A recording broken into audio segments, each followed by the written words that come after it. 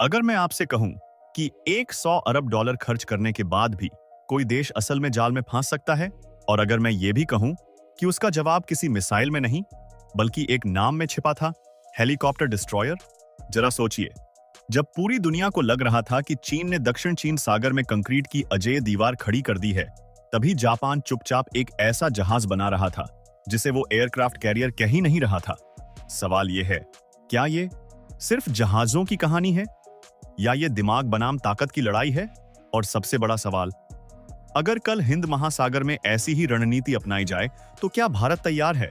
क्योंकि ये कहानी सिर्फ चीन और जापान की नहीं है, ये है मोबाइल ताकत बनाम स्थिर किले की कहानी। ये है रणनीति बनाम अहंकार की कहानी। और यकीन मानिए, जब आप इस पूरी चाल को समझेंगे तो आपको एहसास होगा कभी कभी जीत बंदूक से नहीं, नाम बदलने से शुरू होती है। दक्षिण चीन सागर मानचित्र पर बस नीला पानी दिखता है, लेकिन इस नीले पानी के नीचे छिपा है 100 अरब डॉलर का दांव। एक तरफ चीन, जिसने मूंगे की जीवित चट्टानों को कंक्रीट के किलों में बदल दिया, 3000 मीटर के रनवे, मिसाइल बैटरियां, रडार की दीवार, सब कुछ अजेय दिखता है। दूसरी तरफ जापान, न कोई शोर, न कोई धमकी, बस एक जहाज जिसे सालों तक हेलीकॉप्टर डिस्ट्रॉयर कहा गया। लेकिन 2025 के बाद वही जहाज अचानक खेल बदल देता है। अब सवाल ये नहीं है कि किसके पास ज्यादा पैसा है, सवाल ये है कि किसने सही जगह पर दिमाग लगाया। क्या स्थिर कंक्रीट के किले या समुद्र में चलता हुआ एक लाइटनिंग कैरियर उन्हें पल भर में निशाना बना सकता है? आज हम सिर्फ जहाजों की तुलना नहीं करेंगे, हम समझेंगे कैसे एक कानूनी चाल, कुछ तकनीकी बदलाव और स्टेल्थ टेक्नोलॉजी पूरे एशिया का पावर बैलेंस बदल सकते हैं। और अंत तक आप खुद फैसला करेंगे, क्या एक 100 अरब डॉलर की दीवार सच में मजबूत है या वो सिर्फ एक महंगा लक्ष्य है जो भाग नहीं सकता? अगर मैं आपसे कहूं कि 100 अरब डॉलर खर्च करने के बाद भी कोई देश जाल में फंस सकता है। दक्षिण चीन सागर के नीले पानी में सब कुछ शांत दिखता है, लेकिन इस शांति के नीचे छिपा है एशिया का सबसे बड़ा रणनीतिक दांव। एक तरफ चीन कंक्रीट के किले, 3000 मीटर के रनवे, मिसाइलों की परतें, रडार की दीवार। दुनिया को लगा यह है Ajay great wall of sand, लेकिन कहानी यहीं खत्म नहीं होती, क्योंकि दूसरी तरफ कोई शोर नहीं था, बस एक जहाज जिसे एयरक्राफ्ट कैरियर कहने की हिम्मत किसी ने नहीं की। सालों तक जापान ने एक जहाज को हेलीकॉप्टर डिस्ट्रॉयर कहा, लेकिन 248 मीटर लंबा और 27,000 टन वजनी जहाज क्या सच में सिर्फ हेलीकॉप्टर के लिए था? यही था असली खेल। कानूनी शब्दों के पीछे छिपा एक भविष्य का एयरक्राफ्ट कैरियर।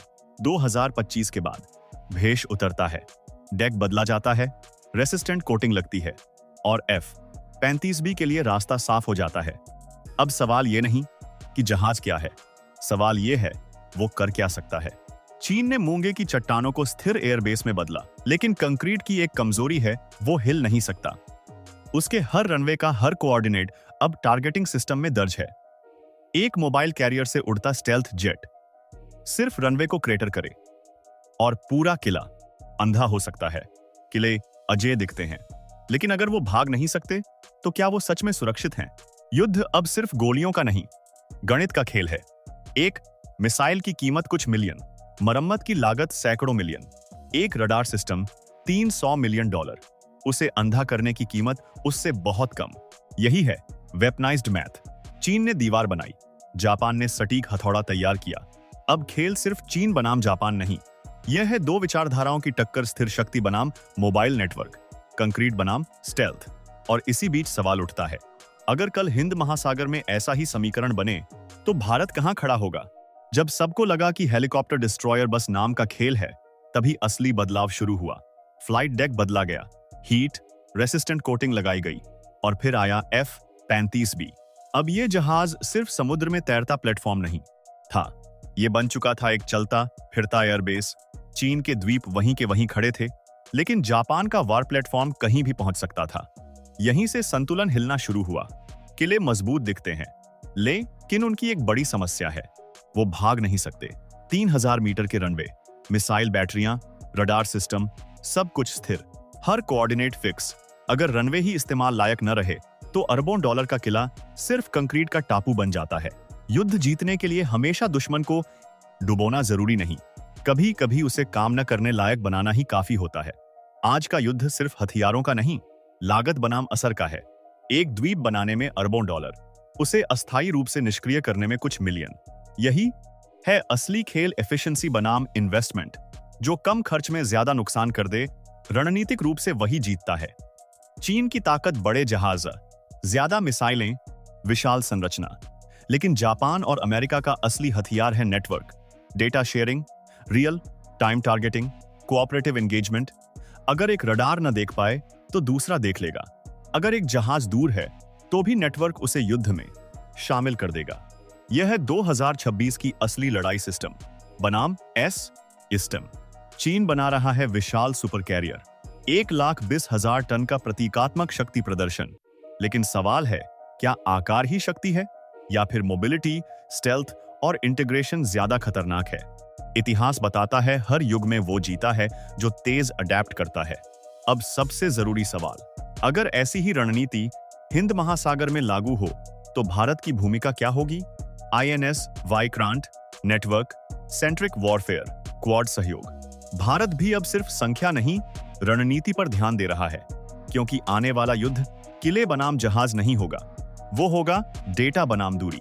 चीन ने दीवार बनाई, जापान ने हथौड़ा तैयार किया। दीवार मजबूत दिखती है, लेकिन हथौड़ा चलायमान है, और आधुनिक युद्ध में जो चल सकता है वही टिक सकता है। पहले एयरबेस जमीन पर बनते थे, फिर समुद्र पर तैरते एयरक्राफ्ट कैरियर आए, लेकिन अब एयर पावर स्थिर स्थान से नहीं बल्कि मोबाइल नेटवर्क से तय होगी। F-35B जैसे जेट सिर्फ उड़ते नहीं, वे उड़ते हुए डेटा सेंटर हैं। वे देख सकते हैं, सुन सकते हैं और बिना देखे गए वार कर सकते हैं। अब सवाल यह है, अगर रनवे की जरूरत ही कम हो जाए तो अरबों डॉलर के एयरबेस कितने सुरक्षित रहेंगे?